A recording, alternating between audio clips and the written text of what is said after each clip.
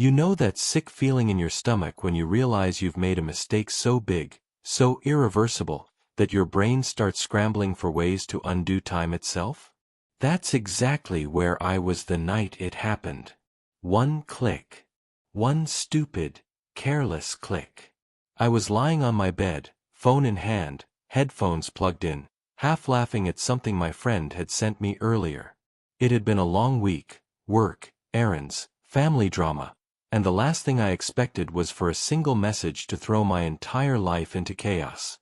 I recorded a video. Not just any video, the kind you absolutely do not want your mom to see. You get what I mean.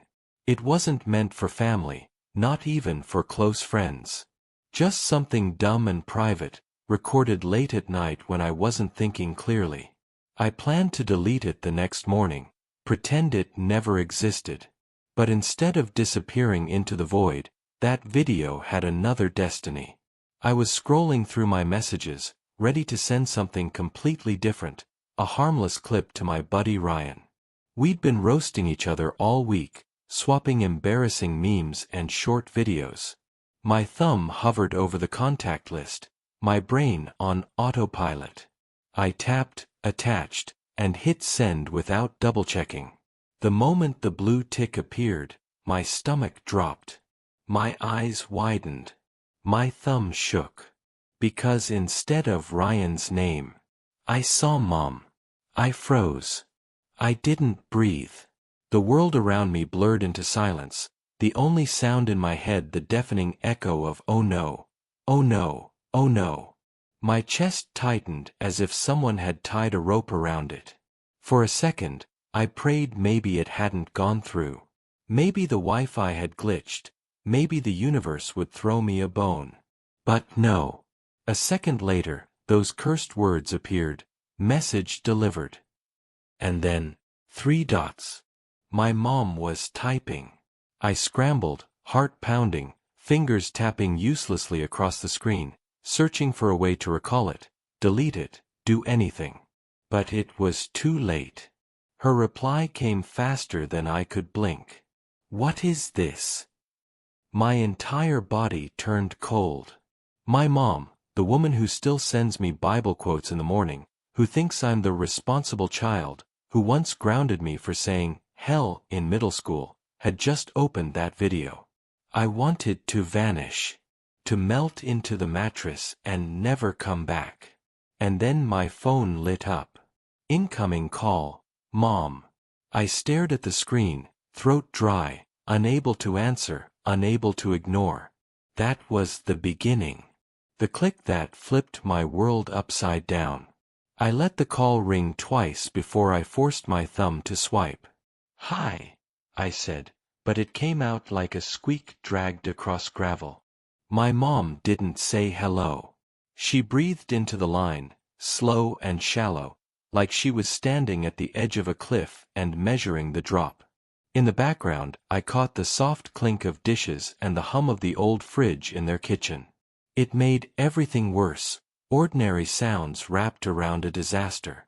"What?" she said carefully, each word spaced like a stepping stone. "Did you just send me?" "It was a mistake," I blurted.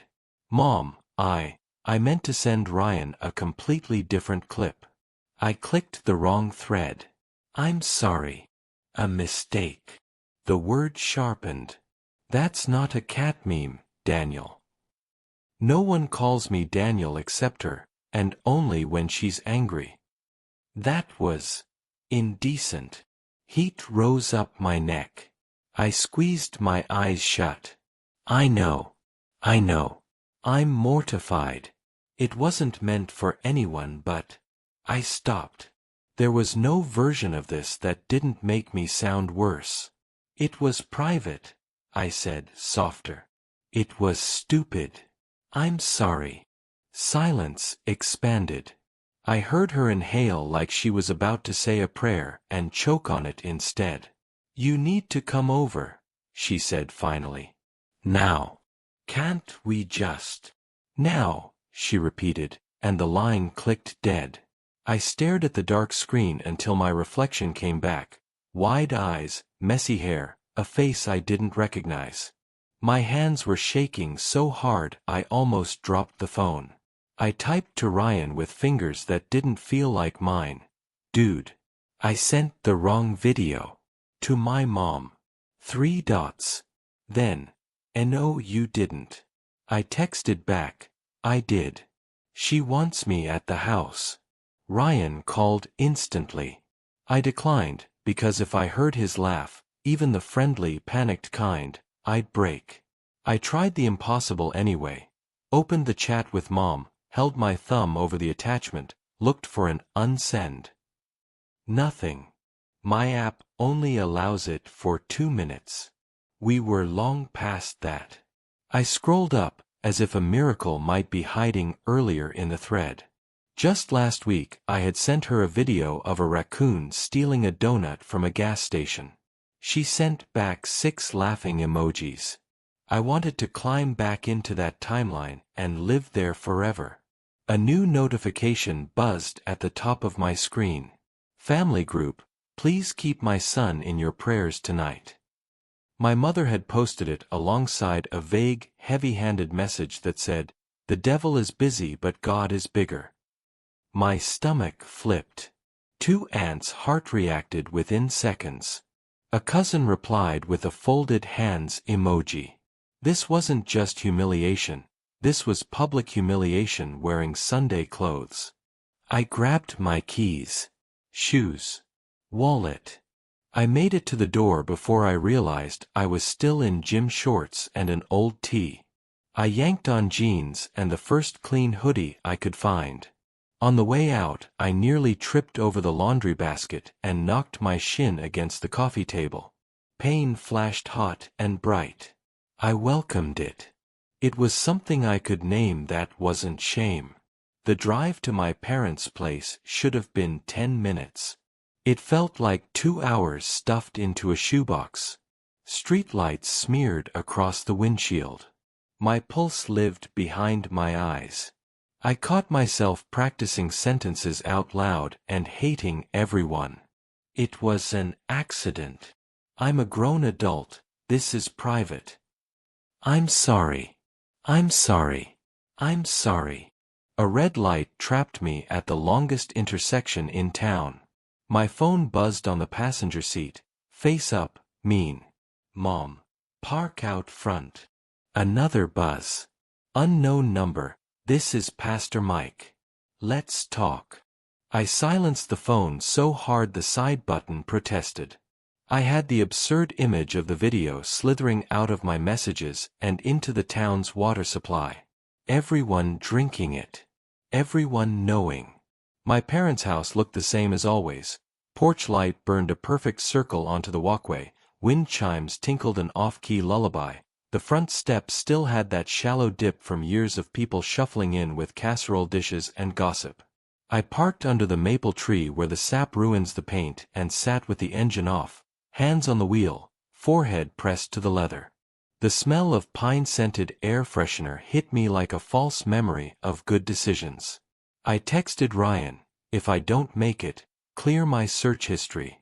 He wrote back, already doing it. Also bring flowers. Or a time machine. I forced a laugh, more of a hiccup with ambitions, then pocketed the phone and stepped into the night air. The porch boards groaned like they recognized my weight. Through the thin curtains I could see shapes. My mother at the head of the table, shoulders squared. My father on the far end, elbows on knees, palms clasped. There were 2 extra silhouettes I didn't recognize, and my throat tightened again. She'd invited witnesses. The door opened before I knocked. My mother stood there with her hair pulled back too tight, face polished into something that wasn't quite anger and wasn't mercy either. Her phone lay face down on the console table behind her, like a weapon put on safety but still within reach. Shoes off, she said, because even in crisis, house rules are house rules. I slipped them off and lined them up beside my dad's boots like I belonged there. The lemon cleaner smell was so strong it stung my eyes. She disinfected the place, as if shame could be wiped from a surface. In the kitchen, A mug of chamomile sat untouched at my mother's place. Next to it, the family Bible lay open to a page I couldn't look at for long without feeling judged by paper. Dad lifted his gaze to meet mine. He didn't look furious. He looked tired, the way people look in waiting rooms. He cleared his throat. "Sit down, son." I sat. My knees bounced, a cheap metronome keeping time with disaster. Mom folded her hands. "I want to be very clear," she said. "I am not here to scream. I am here to understand what kind of person my son has decided to be." She blinked like it hurt. "And why you thought it was appropriate to send your mother something like that?" "It wasn't appropriate," I said, "because there was no universe in which I could argue it was. It was a mistake. I meant to send Ryan," she said sharply. "Yes. You mentioned him. Is that better? Is that supposed to comfort me?" "No. It's not supposed to comfort you. It's supposed to explain how it happened." I swallowed. My mouth was ash. "I'm not proud of it. I'm humiliated." Dad rubbed his jaw. "Was anyone else sent this?" "No," I exhaled. "Just you. And now everyone who saw your post, I guess." My mother's eyes flashed. "I didn't name you." "You didn't need to," I said, softer than I meant to. "Everyone knows who your son is." She flinched at that, a tiny crack in the armor. "I asked Pastor Mike to come by," she added, tilting her head toward the living room. One of the silhouettes shifted. The other cleared a throat in a way that said they were definitely not the pastor. "And Aunt Nora," she said, as if either of those things were reasonable. "Mom," I said, slow, measured, trying to keep my voice from fraying. "This isn't a committee thing. This is a family thing," she countered. "It was a private thing." "Private sin is still sin," she said, and the word landed like a gavel. We stared at each other across the table like two people who'd just discovered they spoke different languages and were too proud to reach for a dictionary. Dad's chair creaked. He looked from her to me and back again, calculating the weight of each silence. "May I ask a question?" The voice came from the doorway, soft, male, careful. "Pastor Mike." He stepped in like a man walking across black ice. Is there a pattern here?" I laughed once, short and humorless. "No pattern. Just me being an idiot last night." Mom lifted her phone and turned it over. The screen lit her face blue. For a second I thought she might press play, as if we all needed to suffer together. Instead she set it back down, eyes glassy. "I raised you to be careful," she said, almost pleading. "To guard your mind. Your heart." "I'm 30, I said. "I have a mind and heart to guard. I just failed." The word hung there, sticky. Failed. Aunt Nora shuffled in beside the pastor, arms crossed, a cardigan draped over her like a shield. "He's embarrassed enough, Carol," she murmured to my mother. "Let the boy breathe." Mom's jaw clenched. She looked at me, really looked, like she was trying to find her kid under the mess. Something softened for a half second, then hardened again. "We'll talk more," she said. "But not tonight." She pushed the untouched chamomile away from her. "I can't look at you right now without seeing that." Dad stood, hand flat on the table. The quiet authority he saves for when he needs to remind us he's still the tallest person in the room. "I'll drive you home," he said. "We'll meet tomorrow. Noon." "I can drive myself," I said. I stood. My chair legs screeched across tile. Aunt Nora moved out of the doorway and I could finally see the living room. The TV paused on a blue screen, input set to HDMI 2. A flash of nausea hit me. Had they tried to cast it? Had my mother, actually? Don't think about it. At the door, I bent to pull on my shoes. Mom stayed at the table, fingers worrying the corner of a napkin into confetti. Pastor Mike murmured something that sounded like a prayer, trying not to make eye contact with a grenade. My father grabbed his keys from the hook. I stepped onto the porch. The night air felt colder, cleaner, like it had a job to do. Behind me, the door didn't slam. It sighed shut. Dad locked it and walked ahead, the porch light throwing his shadow long across the path. Halfway to the car, he stopped and turned, his face unreadable. "We'll sort this out," he said quietly. Not a promise. Not a threat. Just a line thrown across a gap. I nodded, opened the passenger door, and slid in. As he started the engine, a soft glow flared in the window we'd just left. Someone had picked up the phone again. I watched the light pulse once, twice, and then disappear. We pulled away from the house, tires whispering against the curb. The maples swayed. The chimes clinked. The porch light kept burning, a little sun I wasn't allowed to stand under. At the first stop sign, Dad looked both ways and then down at the steering wheel like it had asked him a question he couldn't answer. We drove on without speaking, the quiet settling between us like a blanket freshly shaken out, full of dust, heavy with things unsaid. He turned onto my street. Parked. Left the engine running. "Tomorrow," he said. "Tomorrow," I echoed. He didn't wait for me to go inside. He watched until I did. When my door closed behind me, the weight of the apartment pressed in from all sides. My phone lit up on its own. "Mom, noon." Then, a second later, a text from a number I didn't recognize. "Hey, it's Brooke from Mom's group. We need to talk about what you sent." I set the phone face down on the counter and let my forehead rest against the cool cupboard door. In the quiet, my own heartbeat sounded like knocking. I didn't answer it. I stood there until the fridge hummed and the bathroom fan clicked on and the city outside decided to go on living without my permission. When I finally crawled into bed, I left the lights on. Sleep didn't come. Dawn did. And at 11:59 a.m., I was already halfway back to the house, rehearsing apologies I knew wouldn't land, when my phone buzzed with a message that managed to make everything worse. It was from my mother.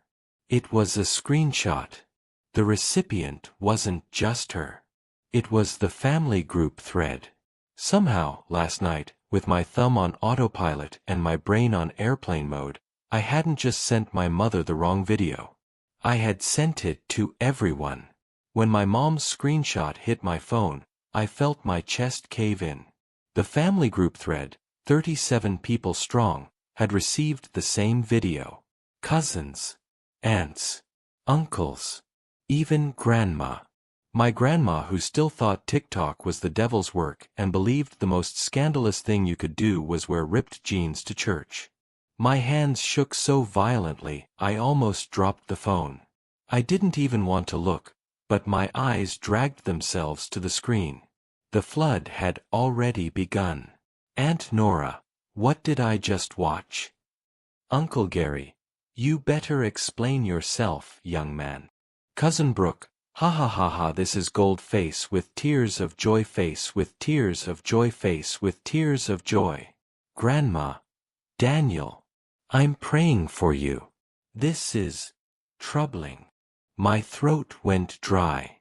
Grandma had seen it. Grandma, the woman who still slipped me $5 bills for gas money whenever I visited, even though I drove a hybrid and lived 10 minutes away. The woman who had a framed photo of me in her hallway labeled, "My good grandson." That title was gone now. Burned. Another ping. Cousin Mark, screenshotted for posterity. "Mom, delete that." "Dad, everyone calm down. We'll handle this privately." I wanted to smash the phone against the wall, but instead I locked it, shoved it face down on the passenger seat, and gripped the wheel until my knuckles were white. My stomach felt hollow, like I'd swallowed fire and ash. The worst part. Ryan texted. Ryan, bro, your cousin just sent me the video. What is happening? My vision blurred. Not only had my family seen it, but they were already spreading it outside the group chat.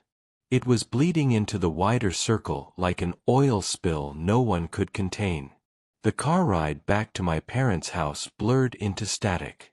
I don't even remember half the turns. When I pulled into the driveway, I sat there gripping the wheel, forehead pressed to the leather, whispering to myself, "It's not real. It's not happening." But it was. Through the living room window, I saw shadows moving. My mother's silhouette was sharp and furious, pacing. My father sat still, head tilted down like a man already attending my funeral. And then another figure came into view, Aunt Nora again, phone raised high, clearly mid-rant. I barely had time to process before my phone buzzed again. A message from Grandma. I didn't want to look, but my thumb betrayed me. Grandma. Daniel. I love you. But this is shameful. You need to come sit with me tomorrow. We will pray until this spirit leaves you. I felt like vomiting. Not only had I shattered my image, but now the entire family had turned my mistake into a moral crisis. The door opened before I could knock. Mom stood there, lips pressed tight, eyes blazing. She didn't speak. She just stepped aside and pointed inside, like I was a criminal being summoned into court. And waiting for me in the living room, sitting with their phones out like a panel of judges, were 3 more relatives I hadn't even realized were in town. My uncle, my cousin, and, God help me, Grandma herself. She was clutching her rosary like it was the only thing keeping the house from collapsing. And the first words out of her mouth were, "Why would you send filth like that to your own mother?" The living room had never felt so small. Every chair was occupied, every pair of eyes locked on me like I was the evening news headline they'd all been waiting to dissect. Grandma sat on the couch, rosary beads moving through her fingers like an abacus tallying my sins. Mom paced behind her, arms folded so tightly her knuckles were white. Dad sat off to the side, leaning forward with elbows on his knees, looking like a man caught between defending his son and keeping his wife from combusting. And then there was Aunt Nora, perched on the edge of the recliner, phone in hand like she was live blogging the apocalypse. "I want an explanation," Grandma said, her voice steady but heavy. "Not excuses. Not jokes. Why would you do something like this?" My mouth went dry. "I didn't do it on purpose," I said, hating how weak my voice sounded. "It was an accident. That video wasn't meant for anyone, least of all Mom. I tapped the wrong thread. That's it. Accident." Aunt Nora scoffed. "You think sending filth to your mother, your family, is something you can just brush off as an accident?" "It was private," I shot back, heat rising in my chest. "Stupid, yes. Embarrassing, absolutely. But private." And instead of handling it quietly, Mom blasted it to the entire family group chat. Mom spun around, eyes flashing. "Don't you dare put this on me. You humiliated me, Daniel. Me. In my own house, on my own phone. What was I supposed to do? Pretend it didn't happen?" "Yes." I snapped before I could stop myself. "That's exactly what you should have done. Just delete it. Forget it. Not drag in 30 people like this is some kind of tribunal." The room went still. Even the hum of the refrigerator seemed to pause. Grandma sighed and leaned forward, rosary still in her hand. "You have brought shame on this family. On yourself. And now the whole town will hear of it. That sent a cold spike through me. The town. Aunt Nora smirked. You think people keep things like this quiet? One cousin already posted a vague status. You know how fast gossip spreads. By tomorrow, Daniel, the gas station clerk will probably be whispering about it. I buried my face in my hands. My life was disintegrating in real time, and they were treating it like theater. Dad cleared his throat, finally speaking. Enough. He made a mistake. A bad one, yes. But he doesn't need a public execution. But Mom wasn't done. She pulled out her phone, unlocked it, and held it up like evidence in a courtroom. Do you know what I've received since last night? Dozens of messages from friends, from church, asking if it's true. If my son really does things like that. Do you know how humiliating that is for me? I raised my head, eyes burning. For you. Mom, it's my face in that video. My life. My job. My friends. And instead of helping me, you threw me under the bus in front of the entire family. You did this to yourself, she snapped. The words hit like a punch. Before I could answer, another phone dinged. Aunt Nora looked down, eyes widening. Then she covered her mouth with a gasp so theatrical it could have won an award. What now? I asked, voice flat, already bracing. She turned her screen toward me. A screenshot. Not from the family chat. From Facebook. My cousin Brooke had posted. Never thought I'd wake up and see that from a family member. Guess we're not as picture perfect as we look. With it was a blurred screenshot of the video. My video. The room erupted. Grandma muttered a prayer. Mom's hand flew to her mouth. Dad stood so fast his chair scraped the floor. I just sat there, frozen, staring at the glowing screen, realizing my nightmare had just gone public. By the time I pulled my phone from my pocket, the post already had over 60 comments. 60. In less than 10 minutes. Half of them were cousins and distant relatives, laughing or scolding or both. The other half were friends of friends, people I didn't even know, chiming in with their hot takes like this was some reality show instead of my life. Cousin Brooke's caption, family drama level 100 woman face palming #PrayForm. Comment 1. You this family messy face with tears of joy face with tears of joy face with tears of joy. Comment 2. So that's what he does in his free time? Not surprised TBH. Comment 3. Why would you even send that to your mom? Each word was another nail in the coffin. Brooke needs to take that down, I said, my voice trembling. Now. Before this spreads further. But Aunt Nora just shrugged. You can't put the toothpaste back in the tube, Daniel. It's out there. People talk. People talk. I snapped. This isn't some rumor about me skipping Thanksgiving. This is my life. My job. My reputation. Dad raised his hands. All right, everyone calm down. Brooke shouldn't have posted it. We'll call her, make her delete it. But even as he spoke, another notification lit my screen.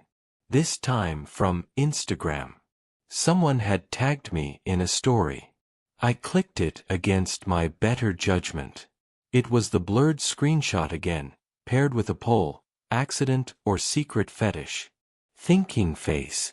The options, LOL accident or nah he meant it. My vision blurred with rage. I wanted to scream, to throw the phone, to vanish into the floorboards. Instead, I shoved the phone into my pocket and stood so fast the room tilted. I'm leaving, I said. Leaving. Mom's voice cracked like glass. You think you can just run away from this? Run away. I laughed bitterly. No, Mom. I'm trying to salvage what little dignity I have left before the entire internet turns me into a meme. Daniel. No. My voice thundered, surprising even me. You wanted to make this a family issue? Fine. But Brooke just made it a public one. And guess what? Nobody's going to remember that this started with a dumb mistake. They're just going to remember me. The silence that followed was suffocating. Grandma's lips moved silently over her rosary, eyes closed like she was trying to pray me back into someone she recognized. Aunt Nora smirked behind her phone like she'd been waiting years for this moment. Mom's face was stone, but her hands shook. And Dad just looked tired. I turned and walked to the door. My heart pounded in my chest like it was trying to escape before I did. Daniel, Mom called after me, her voice sharp, desperate. If you leave this house right now, don't expect us to defend you when people start asking questions. I stopped in the doorway. Slowly, I turned back. Defend me? Mom, you're the reason this blew up in the first place. You had one job. Delete the message. That's all. But instead, you broadcasted my humiliation to the entire family. You don't get to act like the victim now. Her mouth opened, but no sound came out. For the first time that night, she looked small. And then my phone buzzed again. This time it wasn't Instagram. It wasn't Facebook. It was a message from my boss. Boss, we need to talk first thing tomorrow. My stomach dropped. Work had found out. I sat in my car outside my parents' house, phone glowing in my lap, my boss's message burning a hole straight through my chest. We need to talk first thing tomorrow. 6 words, but they may as well have been a pink slip. I'd seen it happen before. Co-workers fired over things as small as inappropriate tweets or photos from college resurfacing. Now my own nightmare video was floating around the internet with my name attached. I slammed my fist against the steering wheel, the horn blaring for a split second. My whole body jolted. Inside the house, I saw silhouettes flinch at the sound. I didn't care. Ryan called again. This time, I answered. Dude, his voice crackled with panic. Your cousin tagged me. She thinks I was the one who recorded it with you. What the hell is going on? My throat tightened. I don't know, man. It's spiraling. My boss texted me. Tomorrow's going to be. My voice cracked. I don't even know if I have a job. Listen, Ryan said, softer now. Just turn off your phone. Don't read the comments. Don't give them more fuel. But it was too late. Another notification popped up even as he spoke, a group chat from some coworkers. Coworker 1, LMAO, is this Daniel? Coworker 2, bro, HR's gonna have a field day. Coworker 3, not safe for work, but I can't unsee the skull. My stomach churned. They'd seen it too. That meant it had crossed from Facebook into private shares, maybe even into forums or group chats I couldn't track. It was spreading like wildfire. I killed the ignition and sat in darkness, gripping my phone so tightly my fingers hurt. That night, I didn't sleep. I lay in bed staring at the ceiling, every vibration of my phone pulling me deeper into panic. By 3 a.m., my name was already in 2 local Facebook groups, courtesy of people who just thought it was funny. One post even blurred my face but left my name fully visible. By the time the sun rose, I felt like I had lived a decade in a single night. My reflection in the bathroom mirror didn't look like me anymore. Eyes red, jaw clenched, skin pale. I drove to work in a fog, gripping the wheel so hard my hands ached. Every stoplight felt like it lasted an eternity, every billboard or street sign felt like it was mocking me. When I walked into the office, the usual hum of chatter and keyboards seemed to falter. Heads turned. Conversations hushed. A couple of my coworkers avoided eye contact altogether, while another smirked like he knew something I didn't. My boss was waiting in her office, arms crossed, expression unreadable. She gestured for me to sit. "Daniel," she said, her tone clipped but calm. "Do you know why you're here?" I swallowed hard. "Yes," I whispered. She leaned forward, folding her hands. "Then explain to me why I have 3 emails from clients asking if the man in that video is one of my employees." I opened my mouth, but nothing came out. My world tilted. Clients had seen it. This wasn't just embarrassment anymore. This was my career hanging by a thread. I sat frozen in my boss's office, her words echoing louder than the hum of the AC. Clients had seen it. Not just co-workers, not just family, but clients. People who paid the company money now had my face stamped in their minds for all the wrong reasons. "Explain," she repeated, tapping her pen against the desk. My throat was sandpaper. It wasn't meant to be shared. It was private. I accidentally sent it to the wrong person, and then it spread. Her eyebrows shot up. "To your mother?" The word mother slammed into me like a freight train. Of course she knew. The gossip hadn't just carried the video, it carried the humiliating detail of who received it. My cheeks burned. Yes, but it was a mistake. I never. "Daniel." She cut me off, voice sharp. "This isn't about your personal choices. I don't care what you do on your own time. But when it spills into the workplace, when clients are emailing me about it, then it becomes my problem." She leaned back, folding her arms. "I've already spoken to HR. We're putting you on leave while we sort this out." The floor seemed to tilt beneath me. "Leave? For how long?" "As long as it takes. We'll be in touch." That was it. No fight, no defense. Just like that, my career, the one stable thing I thought I had, was gone. I walked back to my desk in a daze. My computer screen already locked, my name tag already removed from the cubicle wall. Co-workers pretended not to look, but I caught glimpses. A smirk, a whisper, a pitying glance that burned worse than laughter. By the time I reached the parking lot, I couldn't feel my legs. I sat in my car, head against the steering wheel, chest heaving. My phone buzzed again. I almost ignored it, but curiosity got the better of me. It wasn't family this time. It wasn't co-workers. It was an unknown number. Unknown: "Hey, saw your video. Wanna make some money off it?" My heart stopped. I scrolled up. Another message had come seconds later. Unknown: "We run an account. Could go viral in hours. DM us if interested." The bile rose in my throat. They wanted to turn my humiliation into content. Into profit. I threw the phone into the passenger seat and screamed until my throat was raw. But even as the sound tore out of me, another thought crept in, colder than the rest. If random strangers had my number, this had spread further than I could even imagine.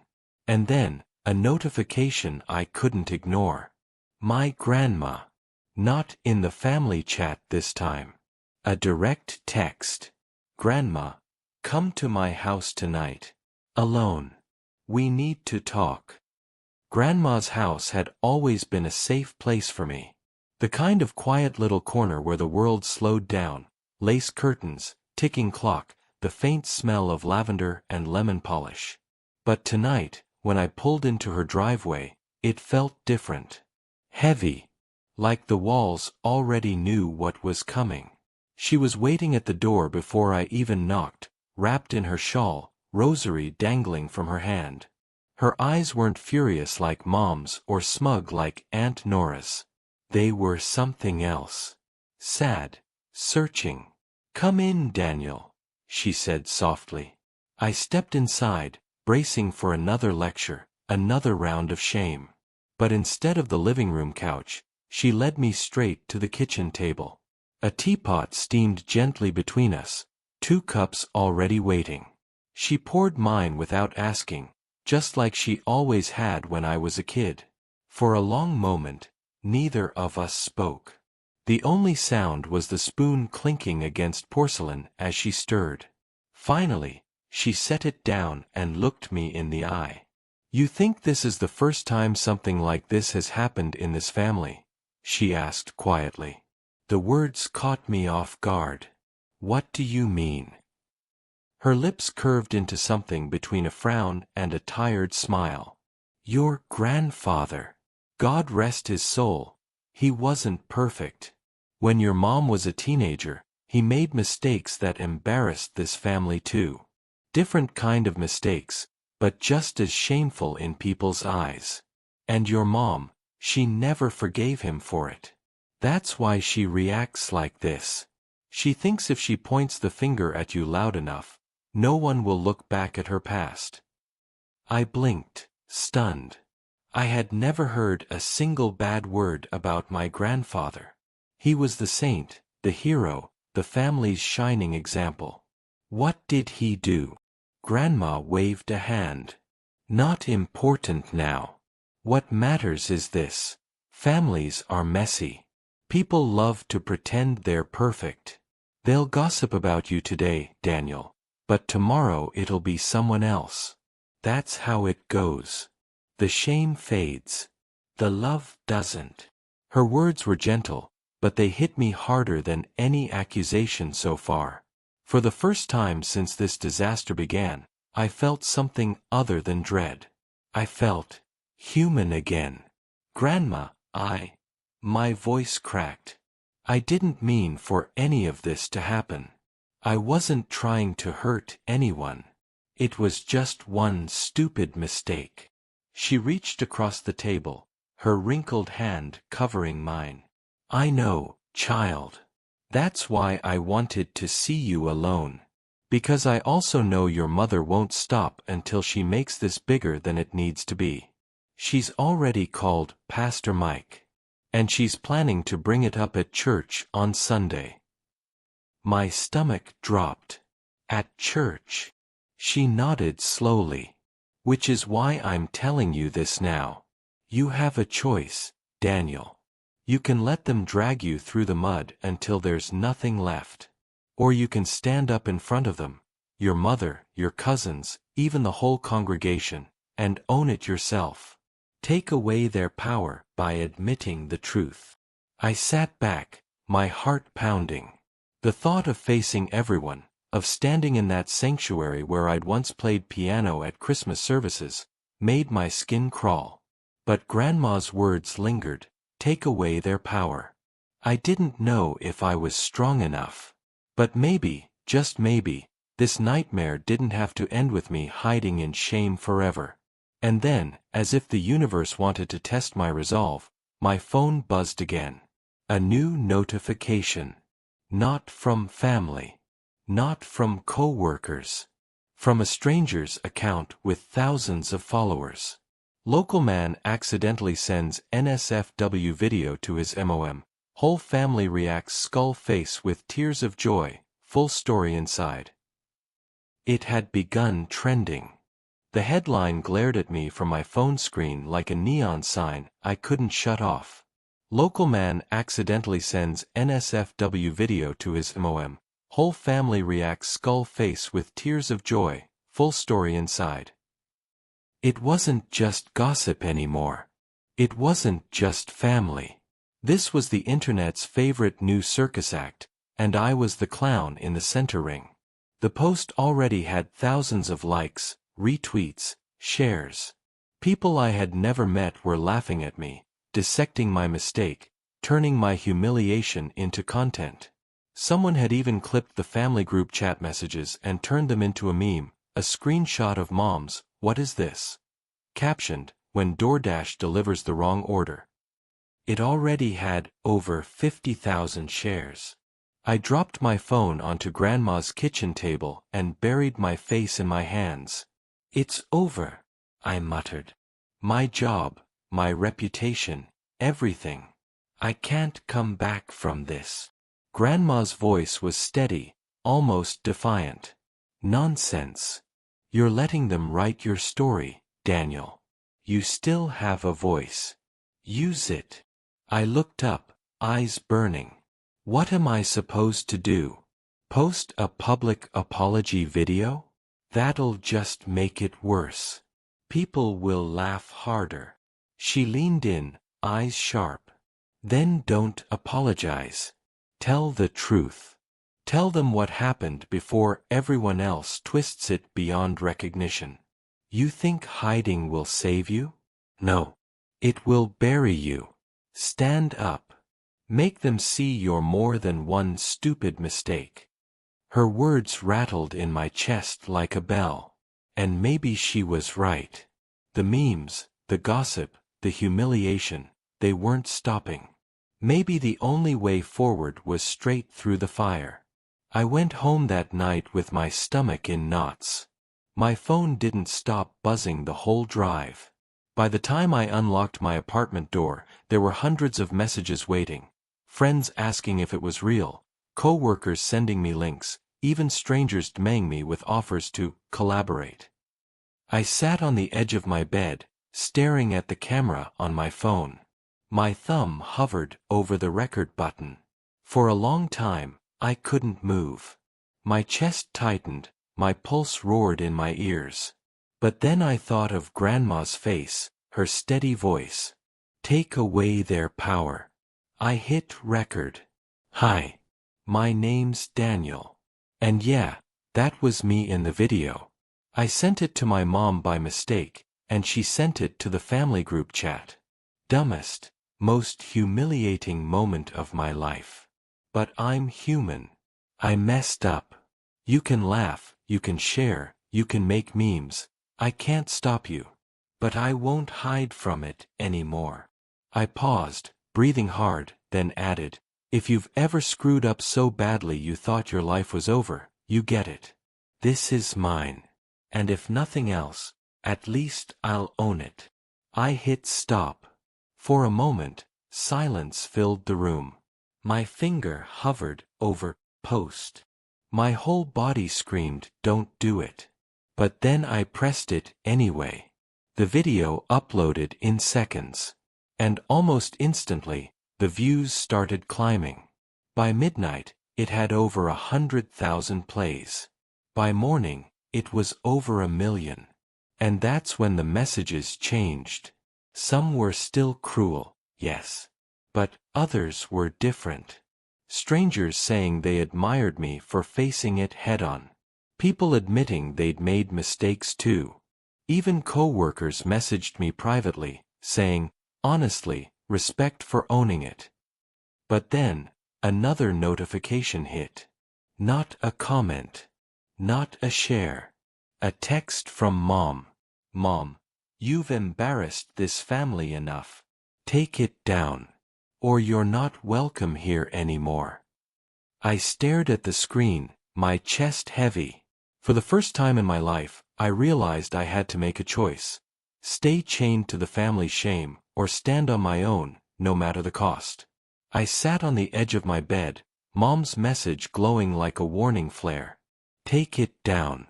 Or you're not welcome here anymore." 4 years, her approval had been the compass I navigated by. Every choice, every success, every ounce of pride I carried had been measured against whether she'd say, "I'm proud of you." And now, all that stood between me and total exile was one button: delete. I stared at the screen, thumb trembling. If I took the video down, maybe the storm would die faster. Maybe my family would forgive me. Maybe church whispers would fade. But it wouldn't change the truth. The internet never forgets, and neither would I.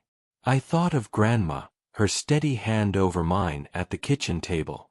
Take away their power. I typed my reply. I'm not taking it down, Mom. I didn't choose for this to happen, but I will choose how it ends. If that means I'm not welcome, so be it. I hit send before I could lose my nerve.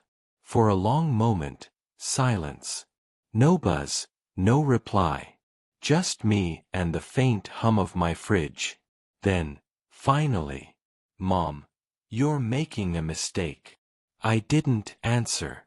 For the first time, I didn't feel like I had to.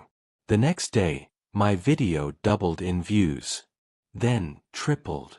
People weren't just laughing anymore, they were relating. Hundreds of comments poured in from strangers telling their own disaster stories, their own humiliating mistakes. The video had shifted from a punchline to a confession booth. And then something I never expected. My boss emailed me. Daniel, HR has reviewed your case. Given the context and how you've handled yourself publicly, we've decided not to proceed with termination. Take some time off, then let's talk about you coming back. I reread it 3 times, unable to believe the words. Somehow, in the middle of the chaos, I hadn't lost everything. That night, I visited Grandma again. She poured tea, just like before, and listened as I told her what happened. At the end, she smiled faintly. You see, shame only wins if you bow to it. You stood tall. That's something even your mother will have to reckon with one day. I wanted to believe that. Maybe Mom would never forgive me. Maybe Thanksgiving dinners would be quieter, maybe church pews colder. But for the first time in weeks, I didn't feel crushed under the weight of their judgment. When I left Grandma's house, the night air felt lighter. I wasn't the family embarrassment anymore. I wasn't just the guy from the video. I was a man who had owned his mistake, survived the storm, and come out standing. And as I walked to my car, phone buzzing with another wave of notifications, I realized something strange. Maybe the worst mistake of my life had also forced me to find my voice. And this time, I wasn't going to let anyone take it away.